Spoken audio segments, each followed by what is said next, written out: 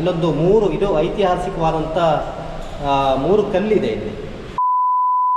ಸ್ನೇಹಿತರೆ ನಮಸ್ಕಾರ, ನಮ್ಮ ಚಾನಲ್ನ ಮತ್ತೊಂದು ವಿಡಿಯೋಗೆ ಸ್ವಾಗತ. ಭಟ್ಕಳದ ಹೊರಗರ ಕೇರಿಯಲ್ಲಿ ಒಂದು ಐತಿಹಾಸಿಕ ಕೋಟೆ ಜಡ್ಕ ದೇವಸ್ಥಾನ ಇದೆ ಅಂತ ಸುಮಾರು ಜನ ಬಾಯಲ್ಲಿ ನಾನು ಕೇಳಿದ್ದೆ.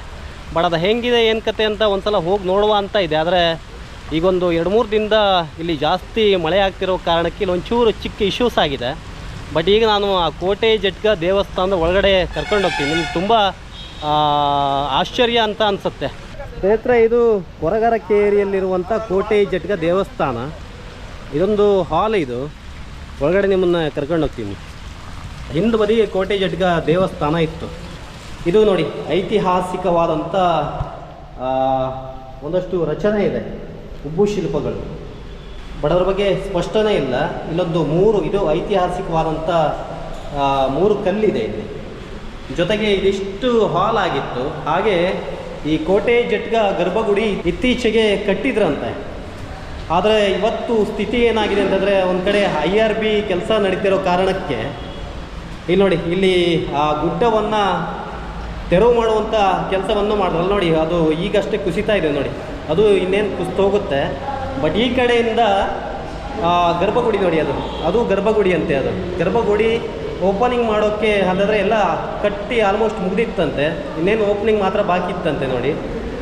ಈಗ ಗುಡ್ಡ ಕುಸಿತದ ಪರಿಣಾಮವಾಗಿ ಇಡೀ ಗರ್ಭಗುಡಿ ಇದೆಯಲ್ಲ, ಅದು ಕುಸ್ಕೊಂಡು ಆಚೆ ಕಡೆ ಬಿದ್ದಿದೆ.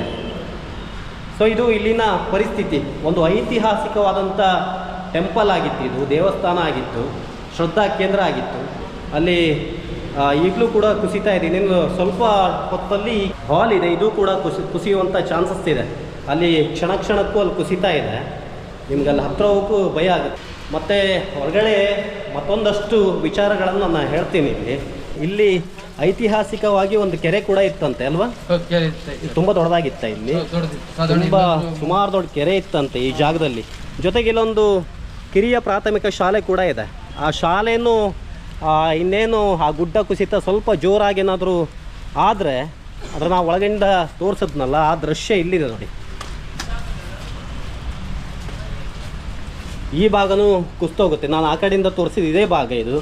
ಈ ಕಡೆಯಿಂದ ಒಂದು ಕಡೆಯಿಂದ ಕುಸಿತ ಬಂದರೆ ಸಂಪೂರ್ಣವಾಗಿ ಇಲ್ಲೆಲ್ಲ ಕುಸಿತೋಗುತ್ತೆ. ಇಲ್ಲೆಲ್ಲ ಕುಸಿಯೋ ಚಾನ್ಸಸ್ ಇದೆ ನೋಡಿ. ಇದೊಂದು ಶಾಲೆ ಇದೆಯಲ್ಲ, ಒಟ್ಟು 30 ವಿದ್ಯಾರ್ಥಿಗಳು ಇಲ್ಲಿ ಕಲಿತಾ ಇದ್ದಾರಂತೆ. ಪ್ರಾಥಮಿಕ ಶಾಲೆ ಇದು, ಕಿರಿಯ ಪ್ರಾಥಮಿಕ ಶಾಲೆ ಇದು. 1ರಿಂದ 5 ತನಕ ಇದೆ ನೋಡಿ. ಆಲ್ಮೋಸ್ಟು ಸರ್ಕಾರವೇ ಸಂಖ್ಯೆ ಇಲ್ಲ ಅನ್ನೋ ಕಾರಣಕ್ಕೆ ಎಲ್ಲ ಶಾಲೆಗಳನ್ನು ಮುತ್ತಾ ಬಂದಿದೆ. ಆದರೆ ಈಗ ನೋಡಿ, ಇದು ಗುಡ್ಡ ಕುಸಿತದ ಪರಿಣಾಮಕ್ಕಾಗಿ ಇನ್ನೇನು ಕುಸಿದು ಬೀಳುವಂಥ ಚಾನ್ಸಸ್ ಕೂಡ ಇದೆ.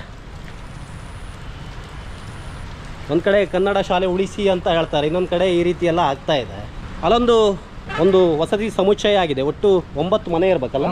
ಒಟ್ಟು 9 ಮನೆ ಇದೆ. ಕೊಡ್ಲಿಲ್ಲ ಸರ್. ಏನಾಗಿದೆ ಅದು 9 ಮನೆ ಇನ್ನೂ ಯಾರು ನಮ್ಗೆ ಪೂರ ಕಾರ್ಮಿಕರಿಗೆ ಇನ್ನೂ ಕೊಡ್ಲಿಲ್ಲ ಸರ್. ಹೌದು, ಕೇಳ್ದಂಗೂ ಸ್ವಲ್ಪ ಕೆಲಸ ಇದೆ ಅಂತೇಳಿ ಸಾಧಾರಣ ಒಂದು 5 ವರ್ಷ ಆಗಿದೆ ಸರ್, ಇನ್ನೂ ಕೊಡ್ಲಿಲ್ಲ ಸರ್. ಯಾವ ಅಧಿಕಾರಿ ಇನ್ನೂ ಹಂಚಿಕೆ ಆಗಲಿಲ್ಲ. ಯಾವ ಆಧಾರದ ಮೇಲೆ ಹಂಚಿಕೆ ಆಗೋದು? ಅದು ಪುರಸಭೆ ವ್ಯಾಪ್ತಿಯಿಂದ ಹಂಚಿಕೆ ಆಗ್ಬೇಕು. ಅದು ಸಣ್ಣ ಪುಟ್ಟ ಆದ ಕೆಲಸ ಆದ ನಂತರ ಕೊಡ್ತೆ ಅಂತ ಹೇಳ್ತಿದೆ ಸರ್, ಇನ್ನೂ ಆಗ್ಲಿಲ್ಲ ಸರ್. ಹೌದಾ? ಹೌದು ಸರ್.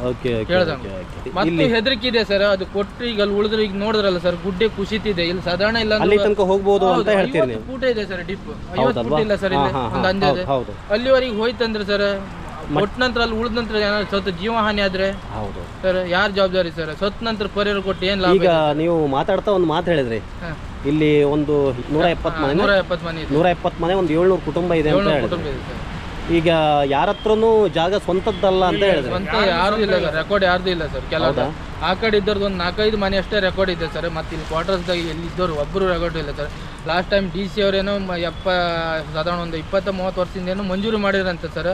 ಅದು ಯಾರಿಗೂ ಹಂಚಿಕೆ ಮಾಡಲಿಲ್ಲ ಸರ್. ಹಾಗೆ ಪುರಸಭೆಯವರು ಇಟ್ಕೊಂಡು ಇನ್ನೂವರೆಗೆ ಯಾರಿಗೂ ಒಂದು ಗುಂಟಿ ಜಾಗ ರೆಕಾರ್ಡ್ ಮಾಡ್ಕೊಳ್ಳಿ. ನೀವೆಲ್ಲ ಪೌರ ಕಾರ್ಮಿಕ, ಎಲ್ಲರೂ ಪೌರ ಕಾರ್ಮಿಕರೇ ಸರ್. ಅಂದ್ರೆ ಪರಿಶಿಷ್ಟ ಜಾತಿ ಒಳಗೆ ಬರ್ತೀರ ಸರ್. ಕೆಲವರೆಲ್ಲ ದೊಡ್ಡವರು ಇದ್ದಾರೆ ಸರ್, ಯಾರು ಬರುವುದಿಲ್ಲ ಸರ್. ಅವ್ರವ್ರು ಸ್ವಾರ್ಥಕ್ಕೋಸ್ಕರ ಬತ್ತರು ಹೋಗ್ತಾರೆ ಸರ್. ಏನು ನಮ್ಗೆ ಉಪಯೋಗ ಆಗ್ತಿಲ್ಲ ಸರ್. ಸಾಧಾರಣ ನೀವು ನೋಡಿರ್ಬೋದು ಸರ್, ಸಾಧಾರಣ ಒಂದು 50 ವರ್ಷದಿಂದ ಹೇಗಾದ ಹಾಗೆ ಕೇರಿ ಹೆಂಗಿದೆ ಹಾಗಿದೆ. ಪ್ರತಿಯೊಂದು ಕಡೆನೂ ಇದಾಗಿದೆ. ಏನಾರು ಒಂದು ಗೌರ್ಮೆಂಟ್ ಸವಲತ್ತು ಸಿಕ್ಕಿ ತಗೊಂಡು ಏನಾರು ಕಟ್ಟಡ ಇದು ಮಾಡ್ಕೊಂಡಿದ್ರೆ ಇಲ್ಲಿ ಇನ್ನೂವರೆಗೆ ಎಂತೂ ಆಗಲಿ ಸರ್. ಅದೇ ಹೇಳಿದಲ್ಲ 50 ವರ್ಷದಿಂದ ಹೆಂಗೆ ಅವ್ರು ಹಾಗೆ ಅವ್ರಿ ಸರ್. ಯಾವುದೇ ಸವಲತ್ತು ಬಂದರೂ ಕೊಡ್ತಂತ ಯಾವುದು ಪ್ರಯೋಜನ ಬರೋದು. ಇದೇ ಥರ ಪ್ರಯೋಜನ ಬರೋದು ನೋಡಿ. ಇದೆಲ್ಲ ಮಾಡಿದ್ರಲ್ಲ ಪ್ರಯೋಜನ. ಈಗ ನೋಡಿ, ಈ ಕಡೆ ಕೊಡ್ತಾರೆ, ಈ ಕಡೆ ಕುಸಿತಾರೆ. ಈ ಕಡೆ ಕೊಟ್ಟು ಈ ತರ ಕುಸಿತಾರೆ. ಅಂತ ಜಾಗದಲ್ಲಿ ಹೇಗೆ ಇದು ಮಾಡ್ಲಿಕ್ಕೆ ಆಗ್ತದೆ ಸರ್? ಈ ಶಾಲೆ ಬರೋ ಮಕ್ಕಳಲ್ಲೇ ಇಲ್ಲಿ ಅವರು ಸರ್, ನಮ್ಮವರೇ ಜಾತಿ ಮತ್ತೆ ಸ್ವಲ್ಪ ಬೇರೆ ಇದ್ದವರು ಅಂದ್ರೆ ಬೇರೆ ಕಡೆಯಿಂದ ಕೆಲಸ ಬಂದವರು ಅವ್ರ ಜನಾಂಗ ಅಂದ್ರೆ ಅವ್ರು ಸ್ವಲ್ಪ ದರಿದ್ರದಾಗ ಬರ್ತಾರೆ ಸರ್. ಅವ್ರು ಇದ್ದಾರೆ ಸರ್, ಜನ ಮಕ್ಳು ಇದ್ದಾರೆ ಸರ್. ಇಂಥ ಪರಿಸ್ಥಿತಿ ಭಾರಿ ಪರಿಸ್ಥಿತಿ ನೋಡಿ.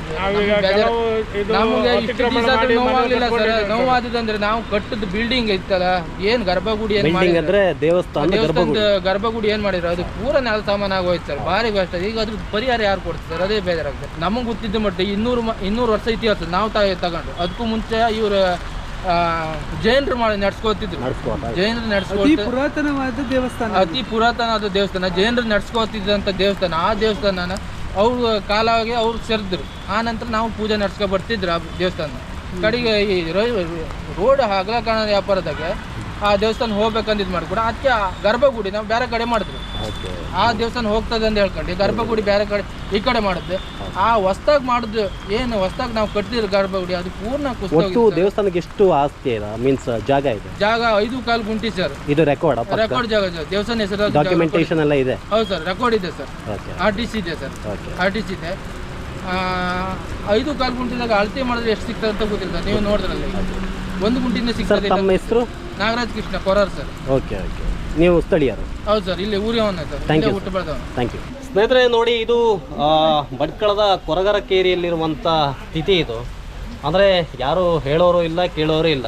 ಆಯ್ಕೆಯಾದಂಥ ಜನಪ್ರತಿನಿಧಿಗಳು ಮತ್ತು ಈ ಭಾಗದ ಜನಪ್ರತಿನಿಧಿಗಳು ಇವರು ಯಾರು ಈ ಒಂದು ಊರಿನ ಬಗ್ಗೆ ಕಾಳಜಿಯನ್ನು ತೋರಿಸಲ್ಲ. ಆ ಸಲುವಾಗಿ ಈ ಊರಿನ ಸ್ಥಿತಿ ಇವತ್ತು ಹಿಂಗಿದೆ. ಸ್ನೇಹಿತರೆ, ಇವತ್ತಿನ ಈ ಒಂದು ವಿಡಿಯೋ ನಿಮ್ಗೆ ಇಷ್ಟ ಆಗಿದ್ದಲ್ಲಿ ಲೈಕ್ ಮಾಡಿ, ಶೇರ್ ಮಾಡಿ, ಹಾಗೆ ಕಮೆಂಟ್ ಮಾಡಿ. ಜೊತೆಗೆ ನಮ್ಮ ಚಾನಲನ್ನು ಸಬ್ಸ್ಕ್ರೈಬ್ ಮಾಡೋದನ್ನು ಕೂಡ ಮರಿಬೇಡಿ ಅಂತ ಹೇಳ್ತಾ ಧನ್ಯವಾದಗಳು.